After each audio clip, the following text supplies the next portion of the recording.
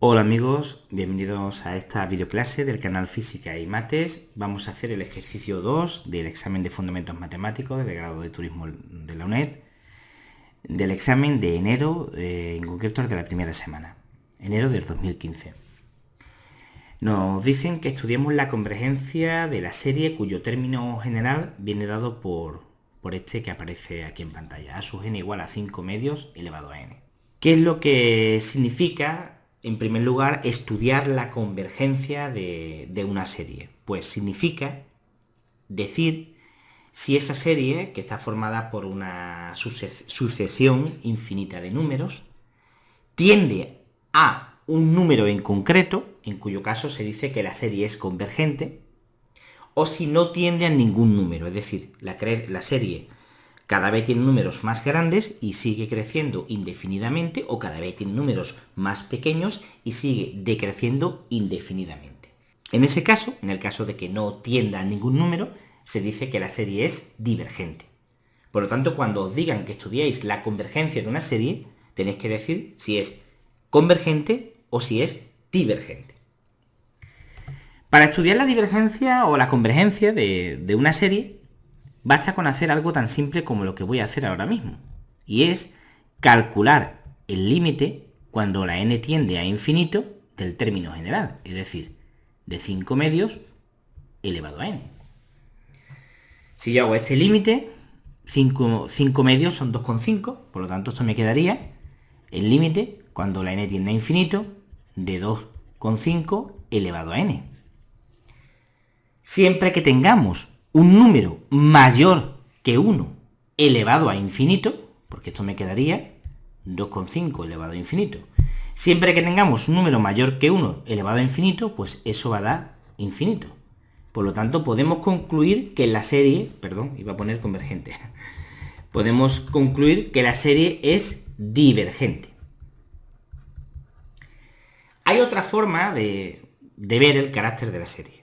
Es más correcta, más fina, y sirve también para que os podáis tirar la pegotada delante del profesor de que domináis la asignatura. Y consiste en usar el llamado criterio de Cauchy, o también llamado de la raíz.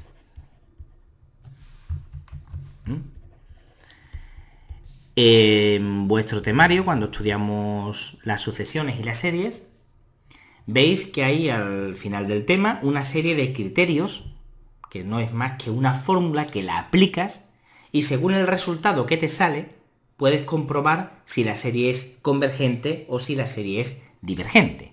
Aparecen distintos criterios.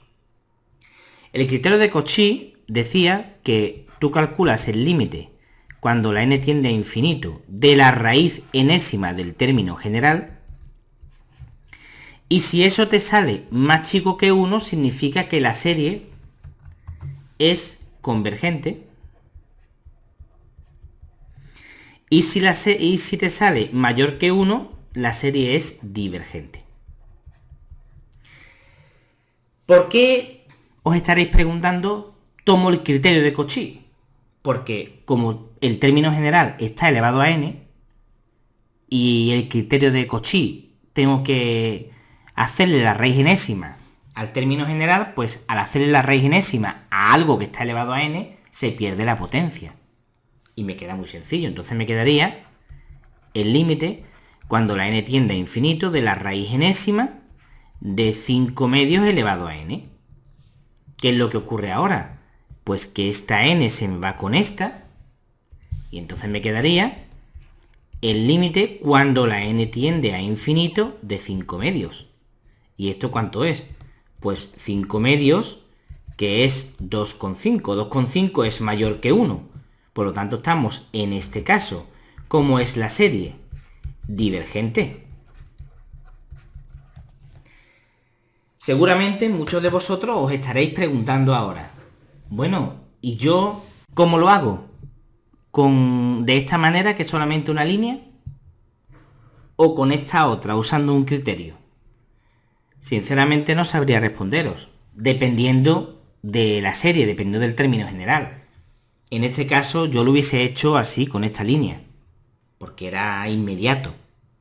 Pero a veces os pueden dar un término general que cuando calculéis el límite, cuando la n tiende al infinito, os quede una indeterminación.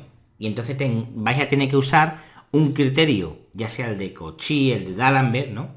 El del logaritmo, el que sea, lo vais a tener que usar sí o sí, porque al hacer este límite no vais a obtener información ninguna. Por lo tanto, en este caso podéis usar cualquiera de estos dos métodos, pero en algunos casos en concreto este método primero no os va a servir y vais a tener que usar algunos de los criterios que hemos explicado en los vídeos de teoría. Bueno, pues vamos a hacer ahora el apartado B de este ejercicio que vale un punto.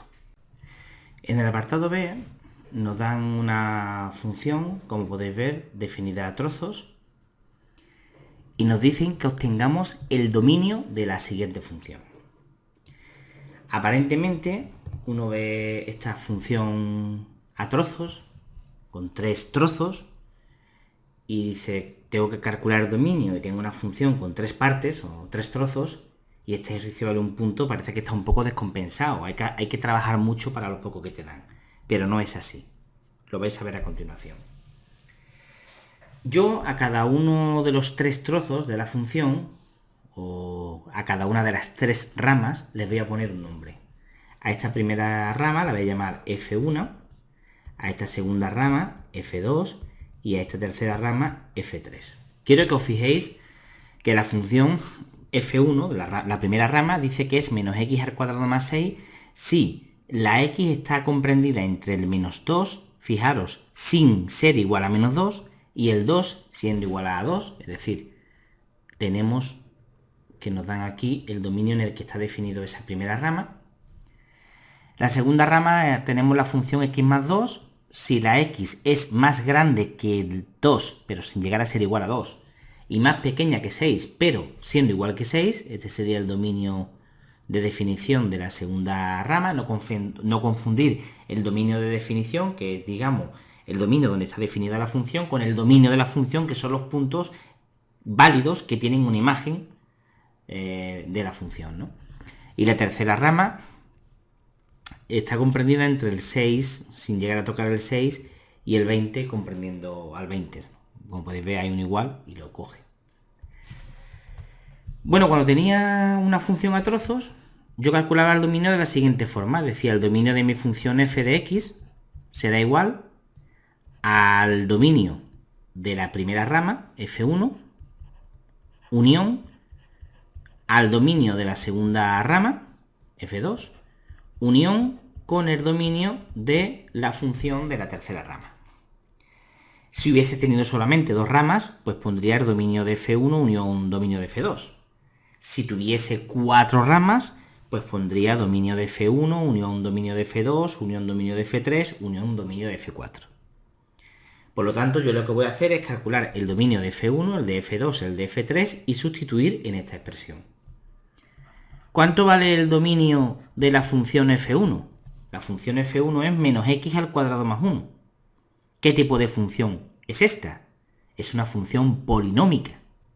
Y las funciones polinómicas, su dominio era todo el dominio de definición, todo el dominio donde estaban definidas. Porque un polinomio, cuando tú sustituyes un valor en ese polinomio, nunca te da un problema de definición. No tiene denominadores, no tiene raíces cuadradas, no tiene logaritmos, no tiene ninguna de esas 3 cosas que a veces te dan problemas y te quedan indeterminaciones. Por lo tanto, el dominio de una función polinómica es todo el dominio donde está definida.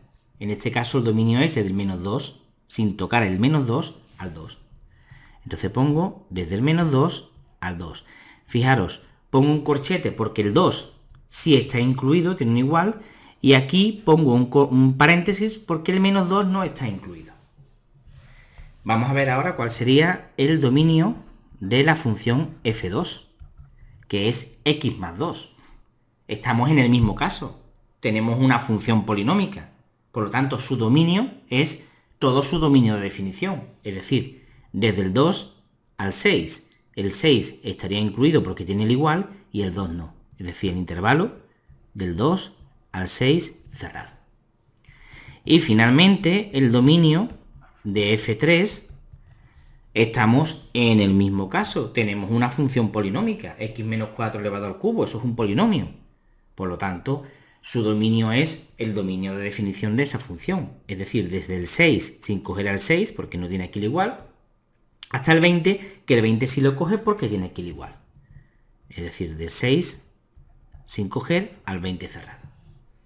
Por lo tanto, sustituyo ahora esto aquí y tendría que el dominio de f será el dominio de f1, que es desde el menos 2 al 2, unión, desde después de f2, que es del 2 al 6, sin coger el 2, cogiendo el 6, unión del 6 al 20. El 20 cogido, igual. Y si os fijáis, esto es lo mismo que escribir desde el menos 2 sin coger hasta el 20 cogido. Porque va del menos 2 al 2, del 2 al 6 y del 6 al 20. El 2 no lo coge aquí, pero lo coge aquí. Y el 6 no lo coge aquí, pero lo coge aquí. Es decir, que va del menos 2 al 20 de forma ininterrumpida, sin coger el menos 2, pero cogiendo el 20. Es decir, coge el extremo de la derecha y no coge el extremo de la izquierda. Por lo tanto, el dominio de nuestra función f de x es este que tenemos aquí. Como podéis ver, el problema parece que es muy largo y muy difícil, para lo poco que vale, un punto, pero veis que es muy sencillo. Bueno amigos, pues esto ha sido todo. Si el vídeo os ha gustado, os agradezco que le deis pulgar arriba, suscribiros al canal para que me animéis a seguir subiendo vídeos. Y bueno, si tenéis alguna duda la podéis dejar en los comentarios, yo trataré de responderla lo antes posible. Y no olvidéis compartir este vídeo con vuestros compañeros de estudio porque seguro que os lo agradecen. Un saludo amigos, nos vemos en el siguiente vídeo. Hasta luego.